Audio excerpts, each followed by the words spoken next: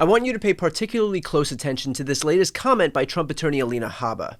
Yeah. And actually, one of my focuses of my portfolio is human extortion, human trafficking, and labor and cyber and finance extortion that has happened because of these individuals bringing minors, bringing women, bringing individuals over the border and then seeing them get tortured. And the facts that she mentioned, those are just public ones. I assure you, what I've been briefed on is so severely disturbing that if America knew just 10% of it, they would be happy to have these individuals out. They are a danger to our society, and they have no business being in this country. Quote, actually, one of the focuses of my portfolio is human extortion, human trafficking, which I found pretty interesting as far as a quote is concerned, because she works for an administration that just weeks ago worked to secure the release of Andrew Tate, who was literally charged with rape and human trafficking in Romania.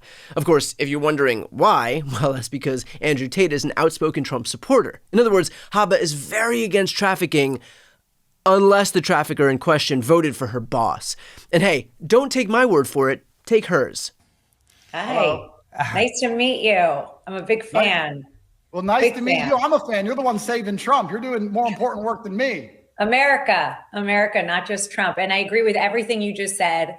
And I think that your anger is the same that President Trump has for our country. And the time is now for us to stop being wimps. I think that's exactly the right sentiment. And I also have to say that I sympathize with you because I think you go through a lot of the same show me the person, I'll find the crime that President Trump has gone through. And I'm a big fan, says Alina Habba, who cosplays as a champion against human trafficking, of Andrew Tate, a charged human trafficker, just in case you needed it laid out very, very clearly. In fact, it's not just Alina Habba. J.D. Vance took to Twitter, writing, there were violent criminals and rapists in our country. Democrats fought to keep them here. President Trump deported them. Again, this is the vice president of an administration that secured the release of their own accused trafficker for no reason other than the fact that he supported their campaign. You sacrifice your ability to take some moral high ground when you help the traffickers whose political ideologies comport with yours.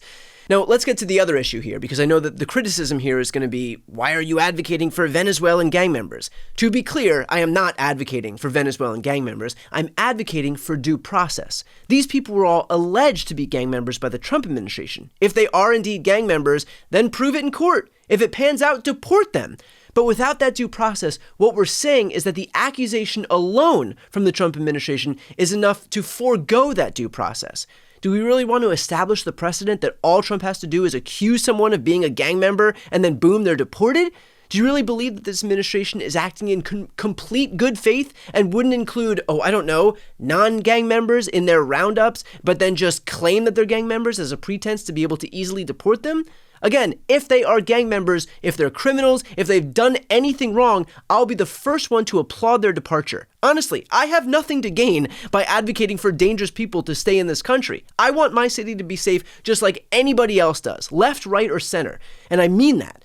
But we are a nation of laws, so we should follow them. I asked 30-year former federal prosecutor Glenn Kirshner about this exact point, and here's what he had to say. I know that there are going to be those on the right who say, why stick your neck out at all for folks who we're talking about Venezuelan gang members, alleged Venezuelan gang members, and so why not want to just get them out of the country as soon as possible? Why go through this whole process of trying to prevent them from being just deported as quickly as humanly possible? And so what would you say to that argument? I would say first, Brian, these are alleged Venezuelan gang members. What we don't allow our executive branch to do, our prosecutors, our law enforcement agencies, is to say with no hearing, no evidentiary showing, and no due process, these 200 people, in my estimation, are bad folk. I'm going to call them Venezuelan gang members. Grab them up without due process, without any rights, without any hearings, put them on a dang plane and send them to another country. That'll teach them. Listen, I am not arguing in favor of allowing dangerous, folks who are members of gangs and who are here illegally to run around our country with impunity. I would never argue that. Hell, I was a career prosecutor and I went after people who broke the laws of the United States.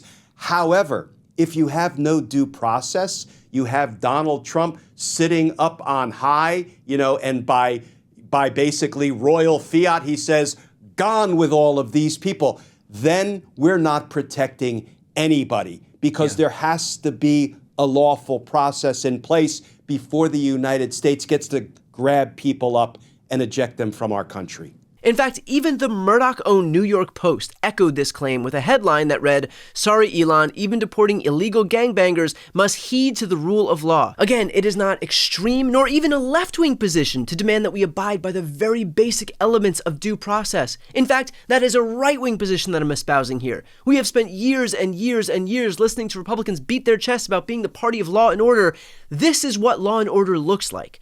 What is extreme, by the way, is the position being adopted by these Trump mouthpieces that suddenly, again, after decades of beating their chests as the law and order party, don't believe in the very concept of due process. In fact, here's Fox's Jessica Tarlov attempting to explain that to, of all people, someone who calls herself Judge Janine. There is a good reason that everybody is saying alleged members and suspected members, because these people, as Dana said, have not gotten their due process. And there's an immigration attorney who has been posting about her client who was supposed to show up in court on Thursday, has been disappeared since then, is allegedly on this plane, and this person what was he is here. Supposed to show up in court for? What, he had a legitimate asylum claim. He had tattoos. Legitimate asylum. It's not legitimate until a judge says it's legitimate. But if you make it so that that person can't see a judge, then you're denying them their due process. I don't know if I buy What it. Trump is essentially saying is that the asylum system, as we know it, is done. That you can show up here and you're fleeing from persecution in Venezuela, for instance, and you don't get your day in court. So if that's what it is moving forward, then just say that. Be honest. But you know the asylum system. Again, imagine being someone known as Judge Janine and not understanding the importance of due process. For anybody out there who thinks that it's the left that's gotten more extreme, that's gone off the cliff, you've got the most watched show on the biggest right-wing cable network who just so happens to be a literal judge whose stated position is that due process should not exist. So look, I want to reiterate again, if these alleged gang members are indeed gang members, if they've done anything wrong and aren't simply brown people who the Trump administration has rounded up under the pretense of being gang members, then by all means, do what you have to do. Abide by the rule of law, deport them. Again, I want safe streets as much as the most conservative person in the world, and I mean that with every fiber of my being. But what I'm not willing to do is sacrifice the entire rule of law and strip people of their day in court in pursuit of that. Because while today it's Venezuelans, tomorrow it could be another group, and the next day another and another, and if we allow ourselves to fall down this slippery slope of accepting lawlessness, eventually it'll find its way down the line to one of us. I am not willing to pause the law, neither is the Murdoch-owned New York Post, and you shouldn't either. Before you go, first, if you enjoyed this content and you want to see more and support independent media, please subscribe to this channel. The subscribe button will be right here on the screen. But second, the reality is that we're now in a political environment where this administration can lean on any of the social media platforms to suppress certain voices if they don't like critical coverage. That means my longevity here is in the hands of a few tech billionaires who are already making it clear that they're willing to cater to this White House. To that end, signing up for my newsletter is a great way for me to be able to reach you directly if that ever becomes necessary. I'll put the link on this screen as well, so please sign up. It's completely free, but there's also an option to do a paid subscription if you'd like to support my work. I really appreciate it. Thanks so much for watching.